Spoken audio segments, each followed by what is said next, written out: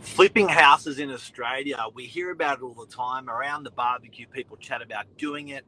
Does it work? Stay tuned.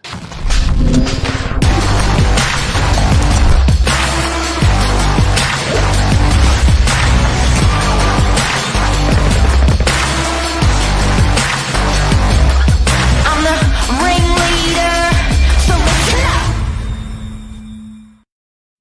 Michael Sillage, Good morning. how are you? I'm well. How are you? Good, bud. It's a topic that I often get pulled up on, and I'm glad you wanted to talk about it this morning. Flipping houses in Australia, does it work? I thought it was an interesting one to discuss because I'm sure you get asked all the time as a real estate owner for many, many years. Does it work? Is it something that people should look to do? And what's some of the great things about it and not so great things about it? You know what? I had a cousin over yesterday, and he's from out west, and he actually asked me the exact question. There's different elements to it. Something that I've noticed of people that do well, and we'll unpack it shortly. But as an observation, something that I noticed, and this is what I said to him straight up yesterday, is I said, with people that have the intention to hold forever and they flip it and they don't hold it forever, they actually often do well because they really don't give a shit about selling it. So they just get a great price, or they just rent it for a long time. So the attitude, I would say, in flipping houses is probably the most important with people that I've seen that have done it. When they're desperados on a knife's edge, buying it, renovating it, and desperately need to sell it, or they're in trouble, no good. Yeah, I agree. Because when you're buying with the intention to flip short term, so many different things could happen. There's no necessarily guarantee whether the market's going to move up, down, sideways. The property's going to sell for what you want to sell it for. But obviously, like you said, if you're planning to hold it long term and then you turn it into a flip, there's only one reason why you're doing that. And that's because the market's moved or the property's moved enough in price to go, this is worthwhile. So you've sort of insulated yourself on both sides. So some of the secrets to flipping, and we've got some experienced guys watching, Jeff and Luke, at the moment. I love your feedback if you've got some on it. But what are some of the secrets you see to a good flip or a bad flip? I think the most important thing with a good flip, obviously you've got to have your expertise, know what you're doing in terms of renovating property, have experience there. But probably the biggest individual factor is timing, and being able to, similar to like what you said before, is obviously you got to hope to get a little bit lucky with the market, because you don't know whether the market's going to move up, down, or sideways over the time you own the property. You may think it's going to go a particular way, but the truth is no one knows. But more having the ability to be able to hold the property in the event that you can't sell it for the price that you want at the time, and to be able to time yourself to be able to either sell within a short period of time or be able to hold it longer. I think that's the key, because you definitely don't want to be taking a step backwards. So with flipping houses, the concept, I guess, is irrelevant to if the market, morning Michelle, irrelevant to if the market's up or down. You're gonna find a buyer that's so derelict, and then you're going to do this beautiful renovation, put some really nice furniture in, sell it on the back of that. Does the market matter there, where it's a bad market or a good market? It doesn't matter, because you're making it on that renovation. Do you ever see that concept work or not work?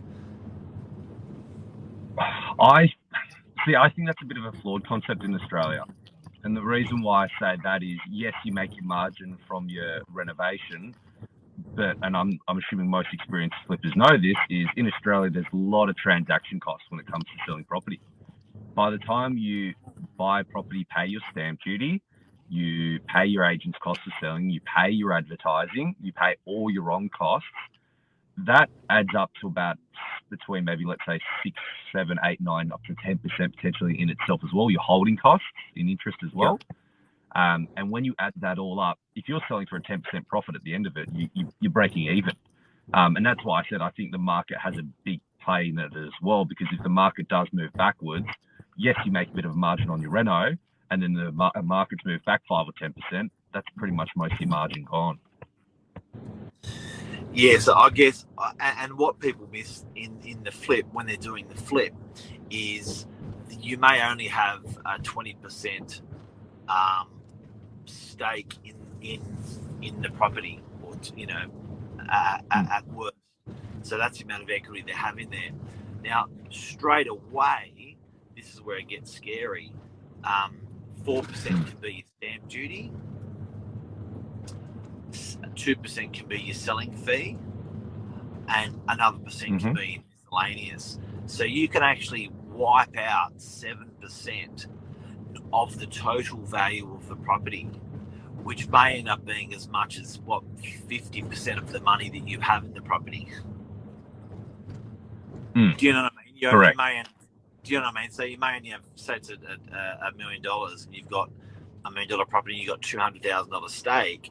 Well, 7% is like 70 grand of the 200 stake that you've got. So if the margins are starting to get tight now, if you're doing a renovation, you're going to chew up another bunch of equity in the property. You got to be careful. You got to be careful when flipping property. Correct. And that's why I think the market definitely does play a big factor there as well. In terms of, I know it's not something that you can't bank on it because you don't know.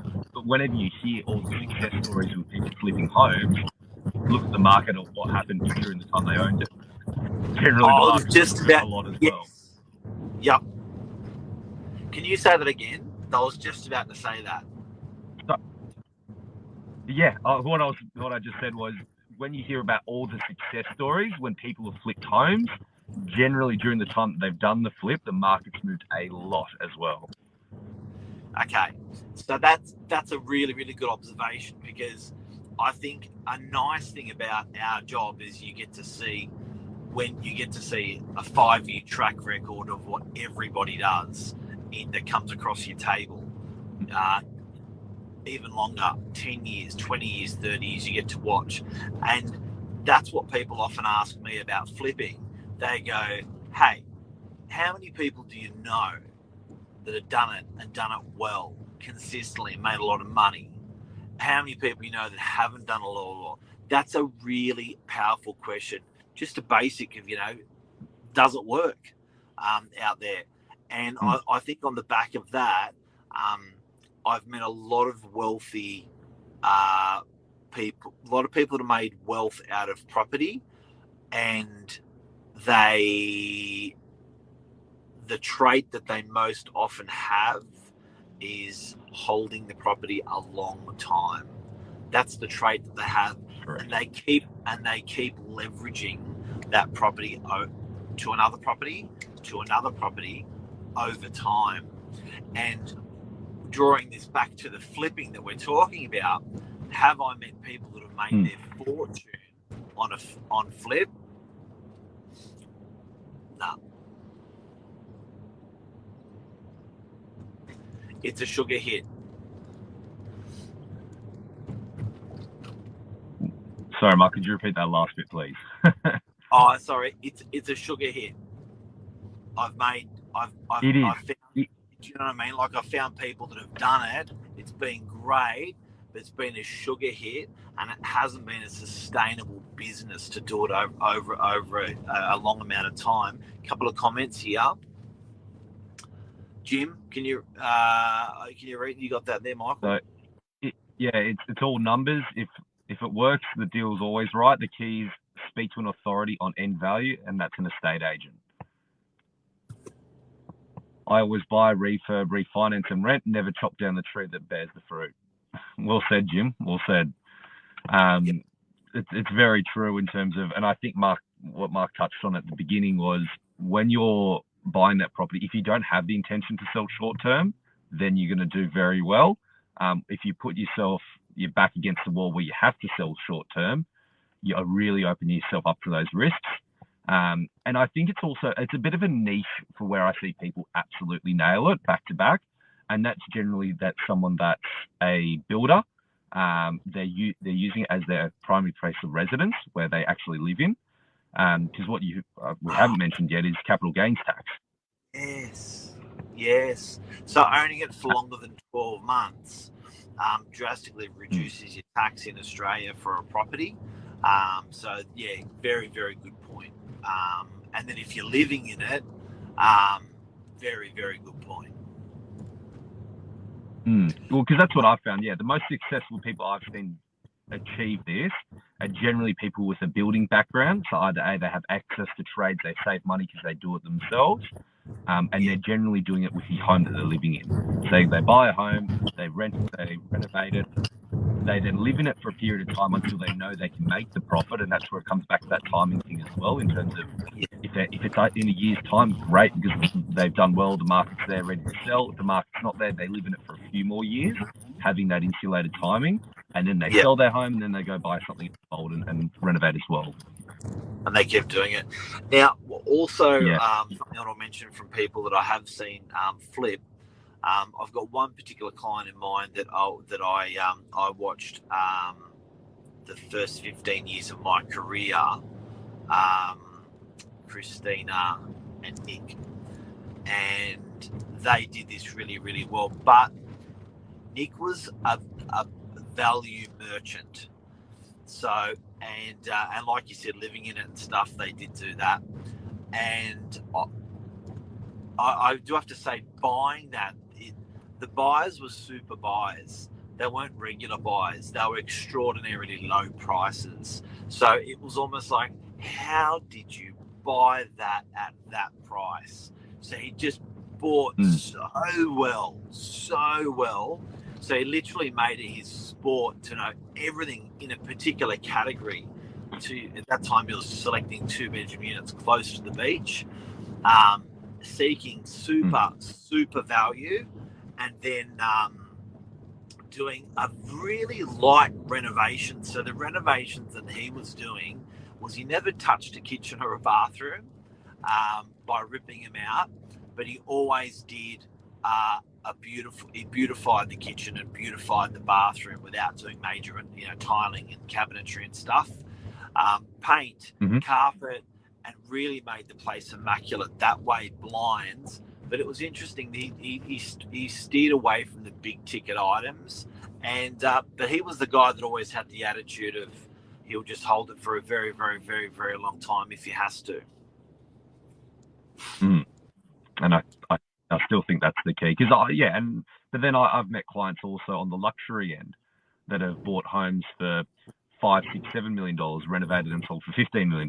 So there's definitely a market at pretty much all ends. It's what you know. The biggest risk whenever you're doing anything with property is entering into something that you don't know, that you don't understand. That's where the biggest risk is. If you understand your market, you know what your clients are looking for, you've done it before, that really minimises risk, especially with the ability to hold. I think you'll do well. If you're entering something fresh that you don't understand and you have a short time frame, that's where the risk is. Do you know what's interesting this morning? It's the answer is multifaceted. So it's basically there's a lot of really key important things that all make it up. Do you know what I mean? So and they're all equally as important, all of those things in it. So there's your answer, Michael. I think we got some. Actually, Jim's got one more comment before we go.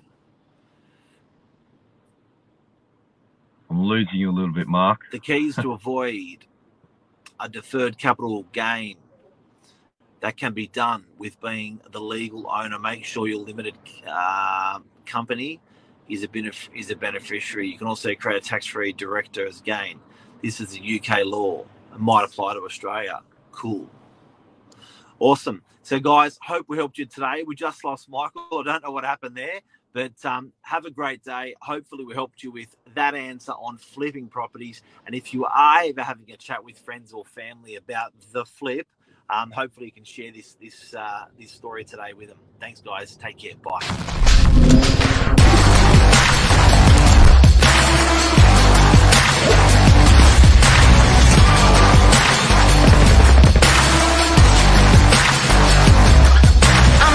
ring